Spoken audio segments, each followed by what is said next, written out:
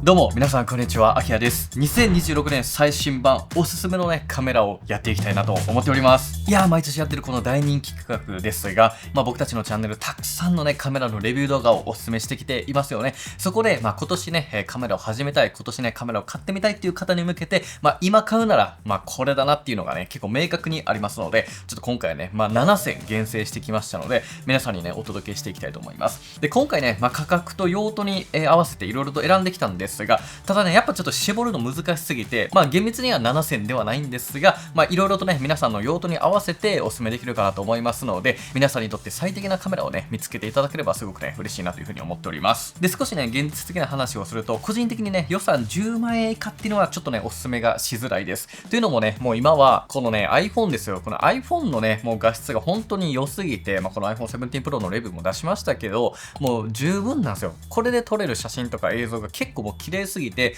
正直なところカメラのね良さとか iPhone、スマホとはね違った良さをね出すには、ちょっとね10万円以下っていうのはなかなかね新品だと特に厳しくなってきてるかなと思いますので、今回ねちょっと10万円からのスタートでね皆さんにご紹介できればなと思っております。ということで早速ねやっていきたらと思うんですが、まずね各カメラメーカーの特徴をねご紹介していきましょう。今回ソニー、キヤノン、ニコン、パナソニック、富士フィルム、このね5つのねメーカーをピックアップして、全てね日本の国産メーカーですよね。プラスでもう1個ね別のカメラを紹介しますが、まずこのね5つのメーカーの特徴をねご紹介できればと思います。まず1個目、やっぱりソニーですね。ソニーのカメラっていうのは圧倒的な、ね、技術力とも圧倒的なシェアがあります。もう僕のねイメージとしては、もう最先端のテクノロジーがねやっぱりソニーはどんどんね入れてくれるような印象で、 AI プロセッシングユニットっていうね、被写体認識であったりだとか、やっぱりねソフトウェアとハードウェアのね両方の組み合わせっていうのもすごく優れていますし、あとはやっぱレンズがね E マウントってめちゃくちゃ豊富なんですよ。もう何十本っていうねものから選ぶことができたりとか、あとはねソニーユーザーっていうのはもうめちゃくちゃ多いので、本当にね情報がアクセスしやすい。僕もねこのチャンネルでソニーのチュートリアル動画っていうのをこれだけ出していますから、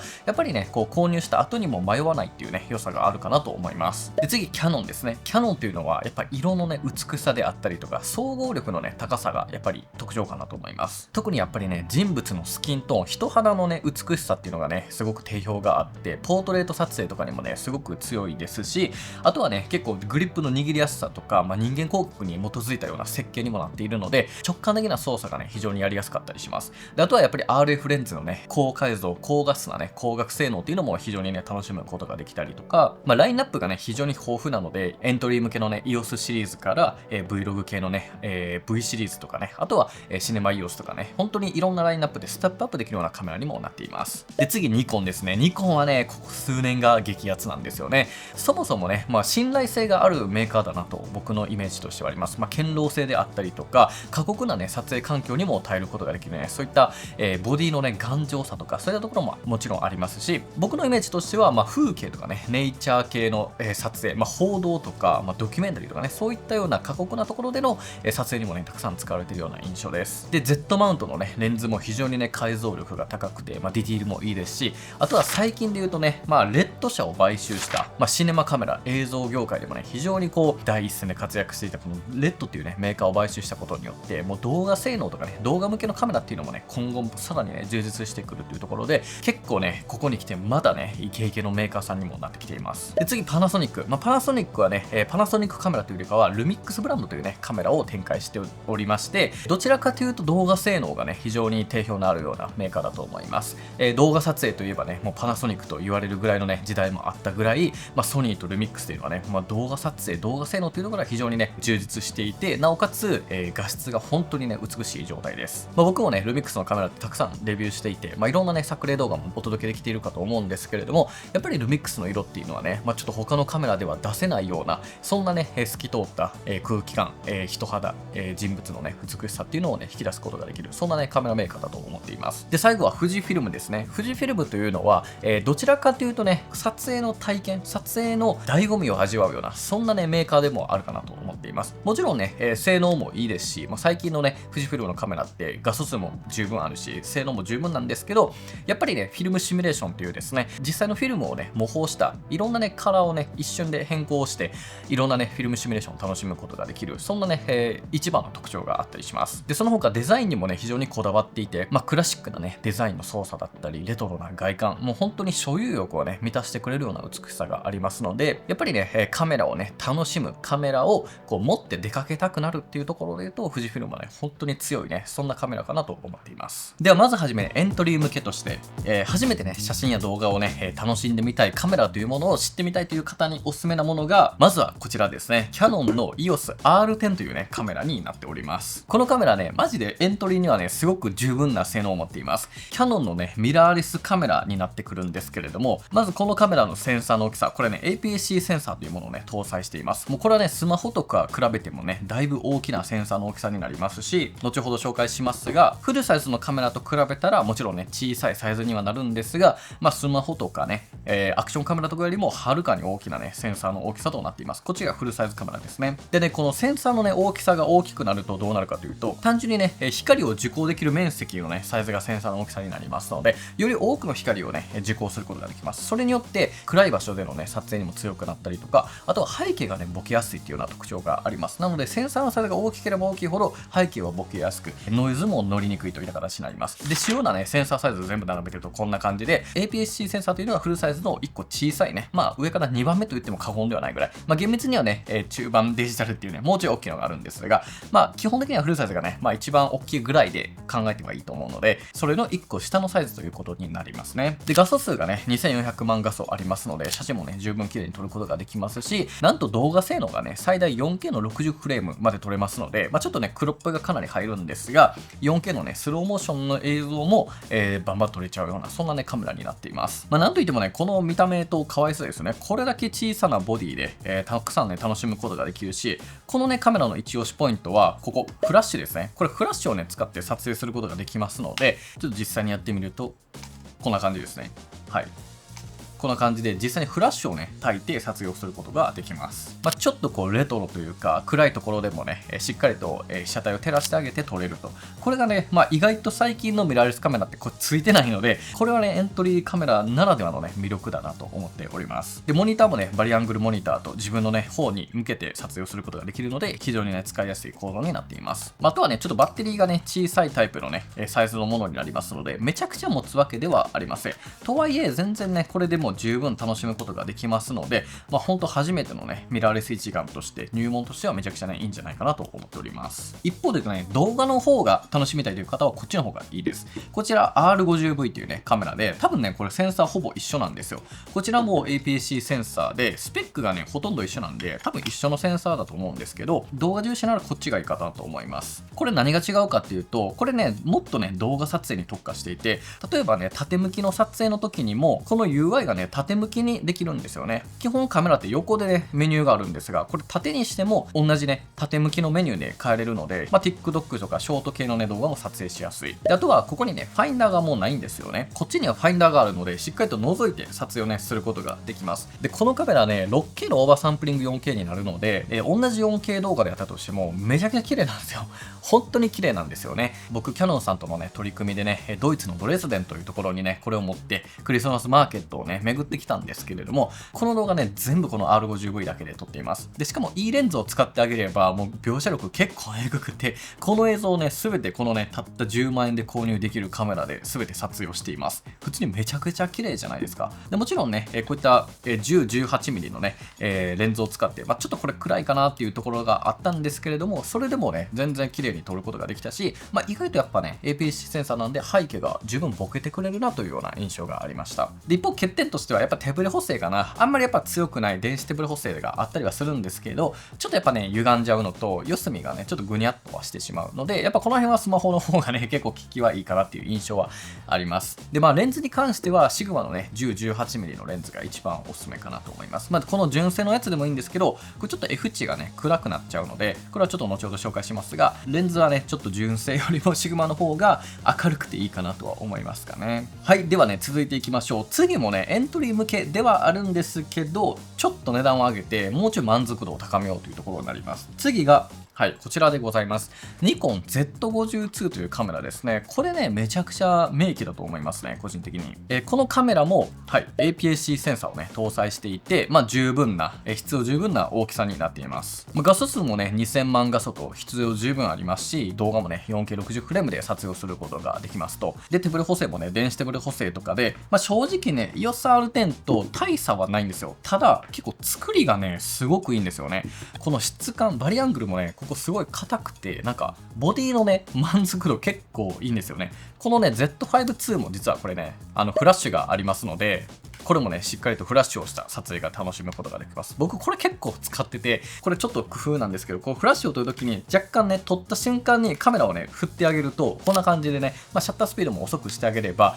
こんなおしゃれなね、感じの写真をね、撮ることができたりするので、こういった使い方もね、非常にいいのではないかなと思います。で、動画撮影もめちゃくちゃ優れていて、バリアングルでね、しっかりと自分のね、ことを撮ることもできたりしますし、4K60 フレームで、フル HD も 4K も非常にね、綺麗な映像を撮ることができると。で、なおかつね、フルサイズ用のね、Z マウントのレンズを使ってあげれば、もう全然フルサイズに負けないぐらいのね、画質を楽しむことができる、そんなね、カメラ1台になっています。で、この R10 とどっちがいいかっていうところで言うと、ニコンのね、良さ結構レンズが良くて、このキヤノンさんのね、この APS-C 用のレンズって、単焦点レンズがないんですよ。ズームレンズのみになっちゃうっていうのがあって、まずね、その時点で、この Z の方がね、ちょっと使いやすさがあります。例えば僕が今つけてるのが、DX24mm F1.7 というね、レンズで、これでね、ほとんど撮っていますと。この単焦点の展開があるっていうのと、ちょっと前にね、ズームレンズと単焦点ね、それぞれ両方とも新しく出したと。っていうので、結構これでね、だいぶと潤ってきました。で、レンズについてもね、ちょっと見ていきたいんですけど、APS-C センサーとフルサイズセンサーっていうのがあった時に、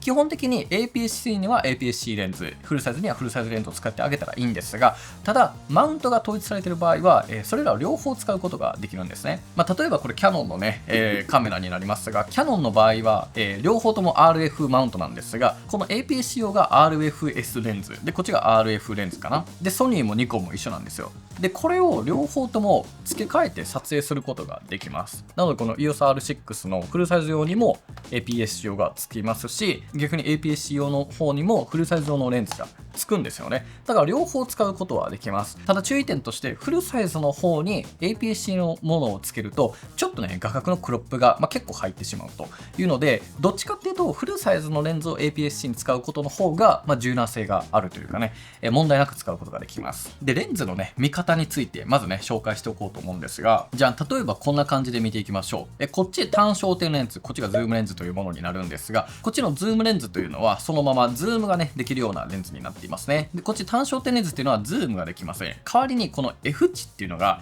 F1.8 まで、結構明るくできるようなレンズになっていますね。これ F1.8 で、こっちのズームレンズが最小が F4 になりますと。で、これ何が違うかというと、この F 値っていうのが、レンズの絞り値になるんですけど、この F 値の値が小さければ小さいほど明るく背景をぼかして撮影することができます。で、この F 値が増えていく、要は大きくなっていくと、レンズをね、絞っていくことになるので、センサーに取り入れる光が非常に小さくなって、背景ボケっていうのも減らしていくことができます。なので、このレンズだったら 20mm から 70mm までズームはできるけど、F 値が F4 までしか下げることができません。一方でこちら 20mm しか使えないけど、F 値が 1.8 から F22 まで使うことができる。これがね、単焦点レンズというところになりますね。で、このミリ数っていうのが焦点距離ということになるんですが、この 20mm と 70mm でいうと、焦点距離の数字が低ければ低いほど、こっちの方が、広角になっていきます。で、逆にこの 20mm じゃなくて、35mm、50mm、70mm と伸ばしていくことによって、ズームをね、していくことができる。広角から標準から、望遠側になっていくと、そんな感じになってきますね。こういったレンズのね、見方っていうのがあるので、各社ね、フルサイズレンズっていうのはめちゃくちゃたくさんあるんですけれども、このニコンのね、カメラでも、最近 APS-C 用のね、レンズがちょっとね、増えたことによって扱いやすかったり、この 24F1.7 っていうのはね、非常に使いやすくて、背景もしっかりとボケてくれる単焦点になっています。なので、ここも含めて僕はお勧めしたい。一方で、この R10 っていうのは、ちょっとね、純正の、要は、キヤノンのレンズからは単焦点がないので、全部ズームレンズになっちゃうので、ちょっとね、ボケにくかったりするといったところになるんですね。で、もう一個見ておかないといけないのが、この焦点距離、何ミリかっていうところに関しては、フルサイズ換算というものをね、してあげる必要があります。なので、この今 24mm というね、F1.7 のレンズがついてるんですけど、APS-C センサーの場合は、ミリ数に対して約 1.5 倍ぐらいをね、かけてあげたら、フルサイズ換算でいうところの、しっかりと正確なね、ミリ数っていうのができます。なのでこれだったら 24×1.5 で 36mm かな。なので 36mmF1.7 のレンズという形になるわけですね。ちょっと難しいよね。大丈夫ですかね。繰り返しね、ちょっとここらはね、見ていただければより理解できるかなと思いますので、ちょっとね、わからない方はもう一回ね、見てもらえたかなと思っております。それらを踏まえた上で、このね、ニコンの Z52 っていうのは、レビュー動画もね、僕出してるんですけど、完成度かなり高いです。あとね、これ美肌補正とかもあるので、やっぱりね、最近嬉しいじゃないですか、そういった機能。自分も含めて女性とかもね、非常に気に入っていただけるところかなと思うのと、あとはもうカメラという作りでは、このカメラね、マジでいい。本当にグリップもいいし、このデザイン、めっちゃコストカットを感じさせないね、作りになっていますので、あとファインダーがあるので、しっかりとね、カメラを構えて撮影ができるっていう楽しさもあるので、ぜひね、これ、店頭でね、触って確認してもらえたらなと思っております。で、一方でですね、動画撮影重視の方は、こっちがいいと思います。はい。もういっぱい出てくるんですけど、どっちかというと写真にすごくいいのが Z52 で、動画向けだったらこのソニーのね、ZV-E10M2 が非常にね、僕は推したいですね。これもね、基本的にね、他の紹介してきたものと割と近くて、APS-C センサーで2600万画素でね、最大 4K60 フレームのね、撮影ができたりとかで、非常に優れてると。で、このね、E10-2 も縦型のね、UI に対応してるっていうので、縦向きのね、コンテンツ撮影もめちゃくちゃいいし、あと僕が推したいのは、このバッテリーがね、ソニーのフルサイズカメラと同等のものなんですよね。同じものなんで、バッテリー結構持つんですよ。プラスで結構ね、熱耐性も割と良くて、僕はね、非常に使いやすいカメラだと思っています。何よりもね、他のカメラと比べて、一回り小さいんですよね。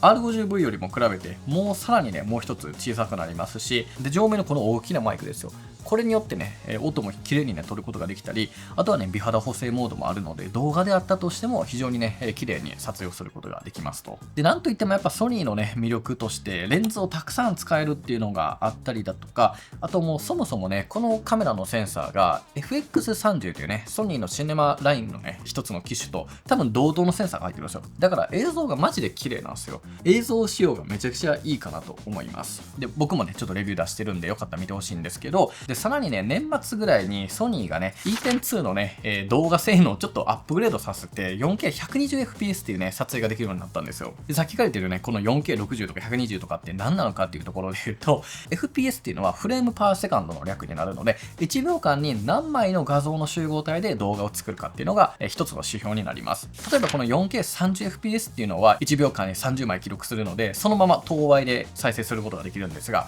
これが仮に 4K60 フレーム、60枚になってくると、30コマ30コマの2秒にすることができるんですね。これがスローモーションの原理になってきます。今まで紹介してきたのって全部 4K60 までなんですが、このカメラだけアップグレードで 4K120 ができるんですよ。4K120 になると、例えば24コマに分散させれば5倍のスローモーションにできたりしますよね。なので 4K60 よりもよりね、綺麗な、滑らかなスローモーションをね、撮ることができるようになりますので、ちょっとこれはね、やっぱ動画撮影ではね、1個頭抜けてるんですよね。なおかつこの小ささですから、やっぱソニーの軽量コンパクトっていうところ非常に魅力的なので、動画撮影をね、より重視したいっていう方は、ぜひね、この機種をチェックしていただければなと思います。はい、というわけでね、次行きましょう。次はですね、コンデジで欲しいという方いらっしゃると思うんですよ。そういう人に向けてこれ。やっぱこれですね。リコーの GR3X というね、カメラになっております。これね、めちゃくちゃ人気ですよね。結構ね、知ってる方も多いと思います。これ何かっていうと、コンパクトデジタルカメラ、通称コンデジ。レンズをね、取り外すことができない、もう一体型のカメラになっています。で、コンデジっていうのは、レンズのね、設計がね、こうボディまで食い込んでくるんですよ。なので、レンズが取れないからこそ、めっちゃちっちゃくできやすいっていうのがあるんですよね。で、この GR3 がね、なんでこんなに人気なっていうところで言うと、APS-C センサーだからなんですよ。この小ささで APS-C センサーなんですよ。これおかしいんですよね。こんなカメラ他にほぼなくて、要はこの APS-C センサーってね、だいたいこれぐらいの大きさやっぱなっちゃうんですよ。こんな感じ。でも見てください。このサイズ感の違いですよ。そら人気出るよなっていうところですよね。一方でレンズはね、固定になりますので、3X、GR3X だったら約 40mm 相当ですね。で、GR3 の方は約 28mm 相当になりますので、両方とも F2.8 の、単焦点レンズがついてる形になって、もうこの X とね、3の違いはもうその単焦点のどっちの画角がいいかというところです。僕は X が好きで、40mm ぐらい、気持ちちょっとね、酔った状態で撮影ができるというところで、僕はね、非常に満足ししていますね。やっぱりね、APS-C センサーかつ F2.8 なんでしっかりとボケますし、めちゃめちゃね、解像感のある写真をね、撮ることができます。もう絶対スマホよりね、綺麗な写真がこのサイズ感でパシャパシャ撮れるので、やっぱこのね、画質を見て、いいなって思う方はすごくね、多いんじゃないかなと思います。で、GR のね、何よりの魅力っていうのは、起動力の速さで、電源をオンにしてからシャッターを切るまでがめちゃくちゃ速いんですね。一回やってみます。電源入れて、はい、切れました。むっちゃ速くないですか？この速射性っていうのが、ストリートスナップっていうね、こう街中とかね、ほんで普段の日常でもサクッとね、撮影していくっていうところでも、そんなね、用途としても開発されているところもあって、非常にね、使いやすいものになっています。で、欠点も結構ありまして、やっぱ1個はね、動画が全く撮れないというところ、撮れるんですけど、めちゃめちゃガビガビというところで、ほぼ使えないというところ。で、あとはね、バッテリーがかなり小さいので、1日取るとちょっとね、すぐなくなっちゃうかなというところなんで、そこはちょっと心配なところ。ただ、USB-C ポートで、USB-C の充電ができますので、そんなに気にしなくてもいいのかなと思いつつ、この辺はね、一応あったりしますね。で、あとはモニターがね、あんま綺麗じゃなくて、これ103万ドットっていう解像度になるので、正直ね、スマホとかよりも、この撮影時のテンションがね、ちょっと分かりづらいというか、なんかこういけてるかなってぐらいのね、ちょっとガビッとしてるんですよね。でもそれがね、PC とかスマホに入れたらめちゃくちゃ綺麗に見えるというところで、そんな特徴もありますと。で、最近ね、GR4 も出てるんですけど、正直ね、3でいいと思いますよ。確かに絵はね、ちょっと良くなってるみたいなんですが、もう全然3で十分綺麗やし、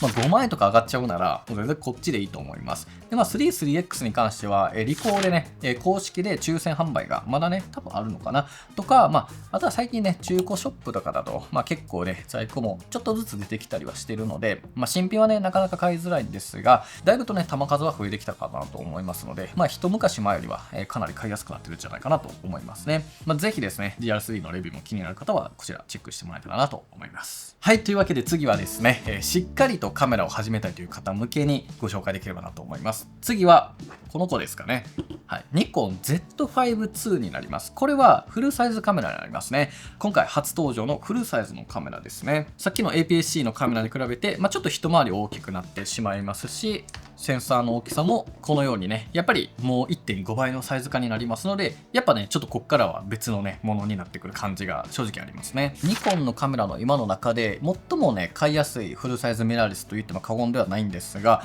本当にね、ニコンさんのいいところ、技術をね、出し惜しみなくこの子にも入れてくれてるんですよ。まずね、画像処理エンジンが XPEED7 っていうものであったりとか、オートフォーカス性能もね、もうハイブリッド機、フラッグシップ機ともね、ほぼ同等のね、ものになってるんですよね。で、連写だってね、最大14個までね、できたりしますし、動画性能もね、4K30 フレームで、一応 N ローっていうね、めちゃくちゃね、綺麗な映像が撮れたりとか、あんまり使う人はいないと思うんですけど、そういったところもあります。で、今までのカメラとの違いとして、手ブレ補正がね、ボディ内手ブレ補正っていうのが入っています。5軸のボディ内手ブレ補正、最大 7.5 段かな、はい、っていうのが入ってて、今まで紹介してきたものって電子の補正なんですよ。要は、後処理でね、編集するのに対して、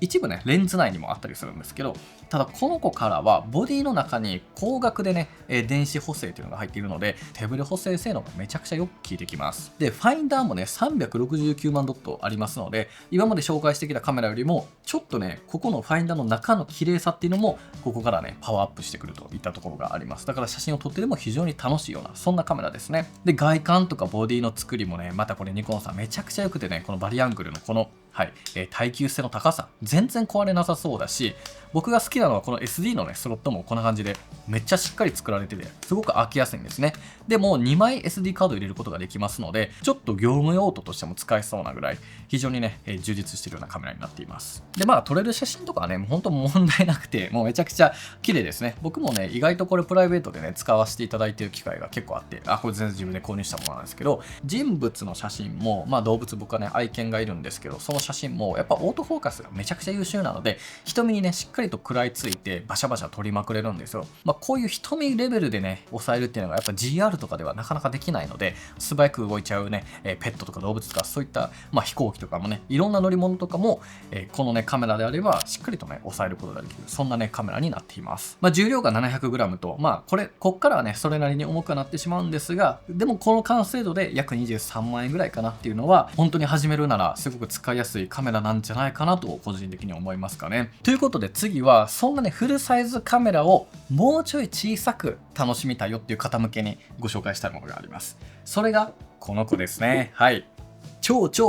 大人気、めちゃくちゃ売れてるフルサイズカメラ、ソニーの α7C2 というカメラになりますね。このコンパクトさ、魅力的ですよね。めちゃくちゃちっちゃいんですよ。ニコン Z5-2 と比べても、やっぱ一回り小さくて、正真正銘のフルサイズカメラ、フルサイズセンサーになっております。もうフルサイズのもう限界値ですよ、このコンパクトさは。レンズが交換できるというね、ところもありますし。で、このカメラはソニーのね、フルサイズセンサーなんですが、画素数が3300万画素あります。こういったさっきとか紹介してきたね、2000万台のカメラに比べて3000万台ありますので、多少のね、トリミング、要はクロップ、後からね、クロップすることができたりだとか、あとはね、画像の密度がやっぱ高いので、ちょっとね、高解像さをね、感じることができるような、そんなね、カメラになっています。ソニーのカメラね、めちゃくちゃあるんですけど、このですね、7C2 がなぜいいのかっていうと、まずね、AI プロセッシングユニット。これはね、オートフォーカスの性能が、AI のね、技術を使っているので、被写体のね、認識、例えば動物、人とか、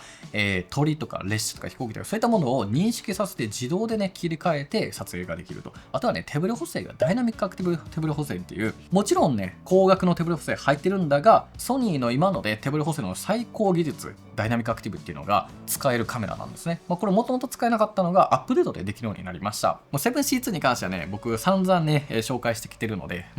昨年もね、こんな感じでいっぱいね、楽しんでいただければなと思うんですけれども、やっぱりね、フルサイズカメラがね、出す写真っていうのは、どこかこう、魅力的で奥深くね、そして、やっぱり記憶にもね残っていくような、そんな写真がねたくさん撮れるようなものなんじゃないかなと感じています。レンズ一つでね全然表現も変わってくるし、このレンズっていうのはねソニーのカメラであれば非常にね多くの選択肢、なおかつ低価格なものから高価格なものまでたくさんね使っていくことができますので、やっぱ 7C2 1個買っておけば後からどんなものでも撮っていくことができる、そんなねカメラにもなっているんじゃないかなと思います。7C2 のねレビューこんな感じで出していまして、これもめちゃくちゃね回ってるんですけど、より詳しくね知りたい方はこちらを見てみてください。で、一方欠点とかも結構あるんですけど、まずねファインダーですね。このねカメラは左肩についてるので、ここがねボコッとしてないんですよ。基本的にねカメラってこう上にねファインダーがついてるので、ちょっとここがボコッとしちゃうんですけど、それがないんですね。それは良さでもあり短所でもあるんですよ。まずこれ真ん中にないのでちょっとずれてると。なのでこうカメラを構えた時に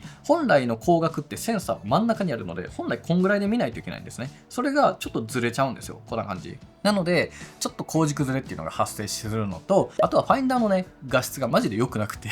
すごいねちっちゃいし、ファインダーがで、なおかつちょっと解像度が良くないんですよね。なんかテンションあんま上がらないモニターもあんま綺麗じゃなくてテンションあんま上がらない、なんか不安になっちゃう。なのでそこら辺は唯一の不満かな。あとはね SD カードが1枚しか入らないっていうのがあるので、やっぱこの Z5-2 のね作りが良すぎるんですよね。はい、ここのね満足度はかなり変わってくるので、そこをね1個ね知っといていただければなと思っておりますかね。っていう感じで、この 7C2 というカメラめちゃくちゃおすすめできるんですが、価格がね27万円ぐらいと今のところ、30万円いかないんですけど、ちょっと高いよね。なんでもっと安くいきたい方向け1個あるんですよ。それがこれですね。10万はいかなくても8万ぐらい安く買える、19万円ぐらいで買えるフルサイズミラーレスカメラ、ルミックスの S9 という子ですね。これめちゃくちゃ可愛くない？めっちゃ似てません？このカメラ。はい、結構ね仕様はほぼ一緒で、 S9 はね2400万画素で、4K60 フレームの動画だったりとか写真とかボディ内手ブレ補正も入ってる。でもうファインダーはないカメラになっているので、ファインダーが一切ないので覗いたりして撮ることはできません。どっちかっていうと動画向けのカメラかな。でバリアングルでしっかりとね柔軟に撮ることもできたりとか、ボタン類ダイヤル類は省略されていて、ここにはないしここにもないというので、上のボタンと背面ダイヤルになるので、ちょっとね C2 よりは使いづらさが目立ちます。カメラのねグリップの部分がそもそもないので、握りやすさというところもちょっとね、削られているので使いにくくはあったりします。ただやっぱ安くてこのカメラ、新品で20万円切りますから、中古だと15万とか14万とかでも確認してますので、ほんまにフルサイズを一旦ね気軽に始めたいという方にはめちゃくちゃいいと思います。で、あと、ルミックス S9 ってボディのね、革の張り替えサービスがあるんですよ。僕もともとこれ黒で買ったんですけど、これ緑に張り替えたんですね。こういった楽しみ方ができるっていうのも、このね、S9 の魅力かなと思いますね。値段が安いからといって画質が良くないかっていうと、全然そんなことなくて、動画も写真もめちゃくちゃ綺麗に撮ることができます。特に僕動画とかはね、北海道に行った時にね、このカメラでずっと撮ってたんですけど、非常にめちゃくちゃ綺麗だと思いませんか？Vlog とかね、映像作品とかもまあ撮れちゃうぐらいのカメラになってるかなと思いますし、写真だったとしてもね、めちゃくちゃ高品質に撮ることができて、なおかつ 50mmF1.8 っていうね、すごく安いね、レンズを使ってあげれば、こんだけね、ぼかした写真とか、透明感のあるね、写真をたくさん撮っていくことができる。これはもう初心者の方でもこれぐらい撮れますから、場合によって非常にね、魅力的なカメラなんじゃないかなと思います。まあ、注意点としては、やっぱね、ちょっと使いづらさで言うと C2 にね、かなり劣るところがあったりだとか、まあ、あとはね、ちょっとマイク系がね、やっぱソニーと比べても全然潤ってないというか、まあ、マイクが全然ないので、音声収録がやっぱね、なかなかいい感じできないっていうところが欠点としてはあったりしますね。であとはね、このルミックス S9 に合うベストレンズが未だにない気がしてて、このソニーのね、カメラって、この 40mmF2.5 っていうね、G レンズがめちゃくちゃ使いやすいんですけど、こういうね、小さな単焦点レンズがルミックスには存在しないんですよ。なので、この 1840mm とかをね、今つけてるんですけど、これね、暗いんですよね。F4.5 から 6.3。めっちゃ綺麗なんですけど、暗すぎて、なんかあんまね、テンション上がらないなっていう時があるので、夜とかきついんですよね。はい。っていうので、ちょっとレンズがしんどいかな。ルミックスの S9 は。いい感じのレンズつけたらめちゃ大きくなっちゃうんで、なんか本末転倒になっちゃうんですよ。なので、まあ、このセットが一番理想的ではあるんですが、まあ、そういったね、違いがあったりはするといったところですね。はい。というわけで続いてがですね、しっかりといいコンデジが欲しい方に向けて、これをお勧めしたいです。こちら、富士フィルム X106 というカメラですね。GR とかももちろんいいんだけど、もっとデザインとか、もっとなんかできることを多くしたいという方には、この子がめちゃくちゃおすすめです。これね、富士フィルムさんの、高級コンデジと言ってもいいと思うんですが、X106 というね、カメラですね。これはね、非常に良くて、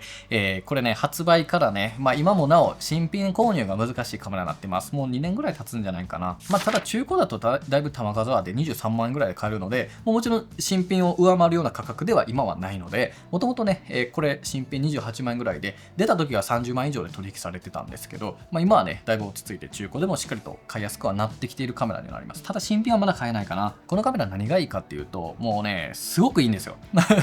センサーがね、そもそも良くて、このカメラそもそもね、富士フィルムの第5世代のね、集大成のようなカメラになっていて、画像処理エンジンが X プロセッサー5で、センサーが約4000万画素ぐらいのね、高解像なね、ものになっています。センサーの大きさは APS-C センサーにはなるんですが、このね、レンズがめちゃくちゃいいんですよ。これ 35mmF2 のレンズになっているので、35という使いやすい画角で、なおかつ F2 なんですよ。しっかり背景もボケるし、明るく撮れる。で、4000万画素あるので、35mm で撮っておいて、後からね、クロップしてしまえば、それなりにね、画角の調整ができると。そこもめちゃくちゃいいカメラになっていますね。で、何よりこのレンズの小ささですよね。このレンズは、同じくね、カメラの中にね、この光学がね、結構入り込んでるので、やっぱ一体型だからこそ実現してるコンパクトさなんですね。取り外しだとやっぱできなくて、これのね、取り外し型モデルも XE5 っていうのがあるんですが、あっちの方がね、レンズの交換ができるという良さはあるんですが、あれにね、やっぱレンズをつけるとね、これよりもちょっと大きくなってしまうっていうので、やっぱね、この小ささに振り切ってしまうっていうところが非常にね、いいところかなと思っております。で、ファインダーとモニターもね、しっかりとついてて、モニターはね、チルト式で、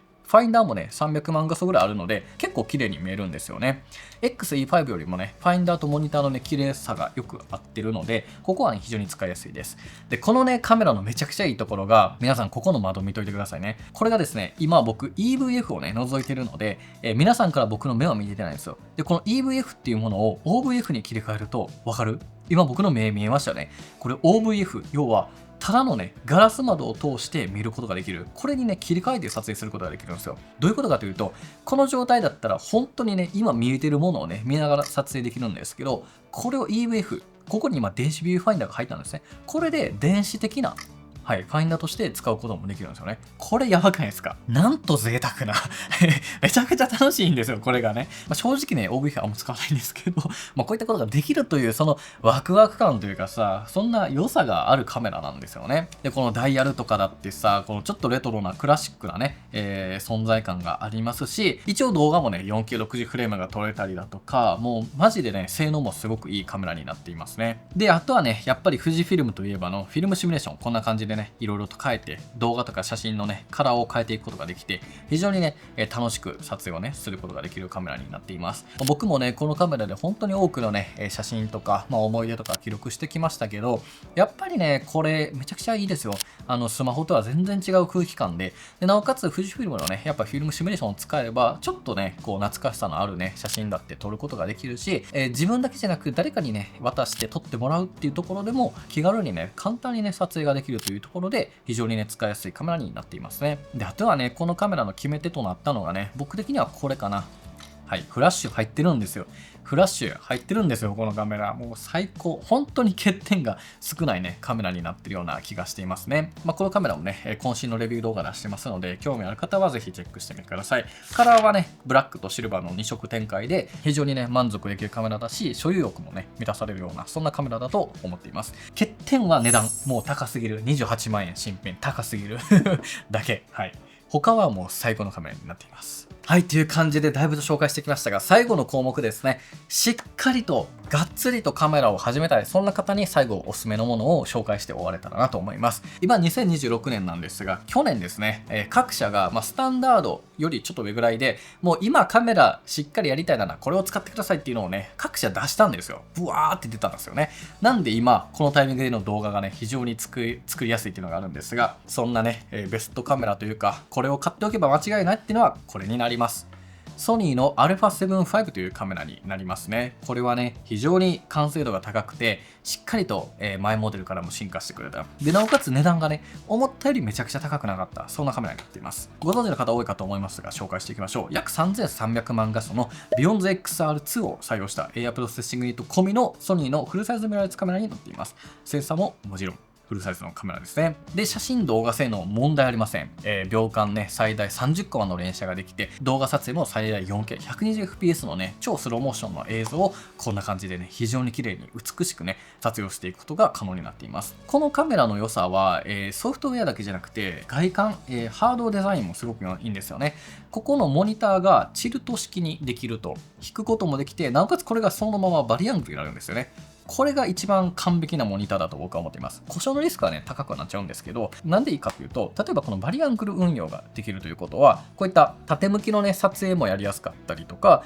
あるいはね、ハイアングル、ローアングルでのね、撮影もこんな感じでやりやすかったりするわけですよね。で、ただこのね、用途って一部のユーザーからはね、不満があって、なんでかっていうと、やっぱりこのバリアングルだと、この光軸ずれが起きてしまう。真ん中じゃないから、ちょっとね、違う角度になっちゃう。ただ、このしっかりとセットした状態でこれをね引くことができるので、しっかりとね光軸を合わせながら撮れるというところで、やっぱこのモニターのね存在意義は非常に大きいんですよね。もう結構なユーザーが待望になっていたものです。で、なおかつこのモニターのね解像度が210万ドットと、インチ数もね 3.2 インチに上がったにもかかわらず、解像度もしっかりと上がった。もう本当にここの進化がねマジで使いやすさがね格段に向上しています。で、ファインダーに関しては前モデルのね α7-4 から進化はないんですが、十分な、0.8 倍かなのところで、それなりにしっかりと綺麗に見えるといったところですかね。で、あとね、ソニーのフルサイズ一眼の良さって、このね、CF エクスプレスタイプ A というものが入るので、このカード、これのサイズで1テラ入るんですけど、めっちゃ速いし、めっちゃ高速なデータセンサーができるんですよね。ここもね、やっぱ僕、ソニーのカメラが好きなところの1個の理由ですね。重量は 690g と非常に大きいし、もちろんフラッシュなんてそんなんは存在しないんですが、やっぱね、満足度は非常に高いカメラに、ね、なってるんじゃないかなと思います。写真もね、結構たくさん撮っていますが、なんか十分じゃないですか。こんなにね、綺麗なものが撮れたら全然業務にも使うことができるし、それこそウェディング写真とかね、そんなんにももちろん使っていくことができると思いますし、野生動物とか、いろんなね、シーンにおいて、あらゆるね、性能を発揮してくれる。そんなね、ソニーのカメラ、がっつり今始めるなら、間違いないカメラがこれだと言えるんじゃないかなと思っております。詳しくはね、しっかりと最近ね、徹底レビューの方をお届けしましたので、そちら見ていただきたいなと思うんですが、もう一個、同価格帯のね、カメラで1個おすすめなのが、こちらですかね。はい。キヤノンの EOS R6 Mark III というカメラ。今、この2つがね、去年の年末にね、2つともボーンって出て、やっぱ、どっちがいいのかなとかなって、迷った方もね、多いと思うんですけど、やっぱこの2つはね、結構もう間違いないカメラなんじゃないかなと思います。R6 III は、このモニターがね、バリアングルになっちゃうので、それほど使いやすさっていうのは正直ありませんし、あとはこっちのね、CF エクスプレスはタイプ B というね、ちょっと大きな方になるので、どっちが悪いのかないんですけど、ちょっとその辺がね、仕様としては違ってくるかなといったところですね。細かなね、ところは、こっちと比べて全然違ったね、デザイン構造にはなってるんですけど、マジでね、グリップもいいし、すごく使いやすいです。で、ハード的なところはね、ソニーの方が一部使いやすいところがあるものの、こっちの方がね、できることは意外と多いような印象で、連写のね、撮影時にバッファ詰まりっていうね、連写をより長くできるっていうところでは、こっちの方がね、長くね、バッファが詰まらずに撮れれるっていうところもあったりするし、あとはオープンゲート撮影でね、動画撮影ができたりするんですよ。最近のね、フルサイズミラーレスっていうね、3対2のね、センサーの大きさを使ってるんですけど、このセンサー全域で動画が撮影できるオープンゲート撮影っていうのがあるんですが、これがね、このキヤノンの機種はできるんですよ。ソニーの機種は全然できないんですけど、これができるので、後からね、縦にクロップしてあげたりとか、いろんな工夫ができたりすると。そういった良さもあるし、あとはロー動画の撮影もできるんですね。今現時点でミラーレスカメラの中で、ロー動画が撮れないのはソニーだけになっちゃうので、あとオープンゲートもできないのがソニーだけになっちゃうんで、そこがちょっと弱点ではあって、ロー動画で撮れると、写真と同じように、後から ISO とかホワイトバランスを、後から動画でも編集ができるんですよ。なので、撮影時のね、ホワイトバランスがこんな感じでミスっていたとしても、ロー動画であれば、後から全然綺麗に戻すことができるんですよね。これがね、キヤノンのカメラ、今ね、EOS R6 Mark III ではできたりするので、めちゃくちゃね、ここ強いというか、僕はね、やっぱ動画しっかり撮りたい人なので、ここのね、良さがやっぱあったりするかなと思いますね。とはいえ、ソニーのカメラってね、圧縮光率が非常に良くて、めっちゃ綺麗な映像もめっちゃちっちゃいデータでね、撮れたりするっていう良さがあったりするので、ほんと一長一短って感じで、良さが両方にもあるんですが、気になる方はね、両方とも徹底レビュー動画見てください。僕たちのね、傑作のね、レビュー動画になっていますので、ぜひね、こちら両方とも合わせて見ていただければなと思っております。基本的にはこのね、どっちが買っておけば間違いないんじゃないでしょうか。カメラっていうのはスマホとは違って、1年単位で進化するわけではなくて、もう4年とか5年ぐらいね、次世代モデルを出せないので、やっぱりね、こっから長くね、使えるという意味で、このね、どっちか買っておけば、間違いないんじゃないかなと思っております。はい、という感じでいかがだったでしょうか。これがね、今年買うなら、こういったものがいいんじゃないかっていうところでおすすめをご紹介させていただきました。最後に番外編として2つだけね、ちょっとね、面白いカメラがあるので紹介して終わろうと思います。まずはこの子、ルミックス TZ99 というカメラになるんですけど、この子だけはね、10万円以下で買えます。今ね、8万円ぐらいになってて、ちょっと値段上がっちゃったんですよ。なんでかわからんけど。僕が紹介した時は6万円台で買えたんですけどね、1万円ぐらい値段上がっちゃって、すごくね、あれなんですけど、このカメラはね、めちゃくちゃ面白いんですよ。10万円以下で買えるんですが、画質のところはね、正直あんま良くないです。全然スマホ、iPhone の方がいいんですけど、めっちゃ楽しいカメラなんですよ。まずね、フラッシュとかも使えるっていうのと、あとこれ、ズームがね、こんな感じで、ガーッとズームしていくことができるんですよね。こんな感じで最大30倍のね、光学ズームができるので、めちゃくちゃね、寄った撮影ができるので、お子さんの運動会とか鳥とかをね、撮るときにすごくいいんじゃないかなと思います。で、これね、フリップモニターになってるので、自撮りをね、して、楽しむことがね、できたりしますし、僕はね、フランス・パリにね、持っていた時、パートナーとね、一緒に楽しんでたんですけど、本当に気軽にね、思い出をちょっとレトロさを出しながら楽しむっていうのには、すごくいいかなと思います。で、とはいえこれね、2025年に出たカメラで、これ、しっかりとね、充電が USB-C になっていたりとか、割とね、ちゃんとした作りにはなってるんですよ。オートフォーカスとかがめっちゃ速いわけではないんですけど、7万円ぐらいで、SNS 向けの写り欲しいコンデジを探していた方にはお勧めできる1台になっています。これね、結構楽しいんで、レビュー動画も出してますので、よかったらチェックしてみてもらえたらと思います。で、最後が、もう見た目重視でいきたい方、これね、面白いカメラですよ。すごくないこの見た目。これね、シグマというメーカー。日本のね、メーカーなんですけど、シグマというね、本当はレンズメーカーではあるんですが、そんなね、メーカーが作ったシグマ BF というカメラなんですね。このデザインやばくないですか？明らかに紹介してきたカメラとは、全然違った、見た目になっていますよね。で、このカメラは、フルサイズセンサーを搭載しています。これだけで見たらもう、これカメラなのって驚くぐらいの見た目をしていますよね。これシグマ BF というカメラで、ビューティフルフーリッシュネスというね、頭文字から、取られた、そんなね、名前があります。ビューティフルフーリッシュネスというのは、美しき愚かさというところで、これもね、レビュー動画でしっかりとね、お話ししていますので、ぜひね、ちょっとそちらも見ていただきたいなと思うんですけれども、シグマの哲学、カメラというものをね、再設計してみよう。新しくね、カメラというのを作り直そうとしてみようというところがね、伺える、そんなね、カメラになっています。背面もね、ちょっと見てみてください。こんな感じのね、デザインになっていて、このね、メニューの UI とかも必要最低限だしね、いろんなことができるカメラではないんですが、いろんなことができないからこそ、写真を撮る、動画を撮るというところに集中できる、そんなね、カメラにもなっています。僕的にはね、このシャッターフィルムも結構好きで、サクサク撮れますし、あとはシグマの色がね、結構いいんですよ。いろんなね、カラープロファイルが入ってて、リッチっていうね、新しいプロファイルがこのカメラではね、追加されてたりするんですけど、めちゃくちゃね、解像感もあるし、なんかこってりとはしてるんですけど、他のメーカーとはね、また違った絵作りというところで、僕はね、非常に楽しんでいました。で、このシグマグマ BF はね、ブラックとシルバーの2色展開で、この I シリーズというね、レンズがあるんですが、これもね、シグマ BF と同じね、色の作りで、シルバーモデルとしても展開されているので、ちょっといろんな人とは違ったカメラをね、使いたい。ちょっと自分はね、おしゃれにこだわったカメラを使ってみたいなっていう方には、非常におすすめのね、カメラになっています。ぜひね、このシグマ BF もレビュー動画出してますので、ぜひチェックしてみてもらえたらなと思います。はい、ということでいかがだったでしょうか。実はね、僕たちビジュアルパークというね、オンラインショップで、こういった新しいね、カメラ、レビューしたカメラの、無料のサンプルデータをね、無料で配布しています。今日紹介したソニーの α7 V とか、R6 Mark III とか、シグマ BF とかね、あとはハッスルブラッドっていうね、100万円ぐらいするカメラとかも、いろんなね、サンプル写真やサンプルデータをね、ダウンロードして自由にね、触ってみることができるように無料で配布していますので、興味の方はね、ぜひビジュアルパークというね、オンラインショップの方もチェックしてみてもらえたらなと思っています。で、さらにね、ここではね、ソニーのね、カメラ専用設計したプリセットやラットのね、組み合わせたね、ソニークリエイターズバンドルっていうものであったりとか、ルミックスカメラ専用設計したルミックスカラーパレットというもの、あるいはダヴィンチリゾルブというね、編集ソフト向けの高品質なプラグインというものをね、無料のものから高品質な有料のものまで、幅広くいろんなものをね、取り扱っているストアをね、運営していますので、興味の方はね、こちらもチェックしてもらえたらなと思っております。ということで、皆さん最後までご視聴いただきありがとうございました。ではまた次回の動画でお会いしましょう。バイバイ。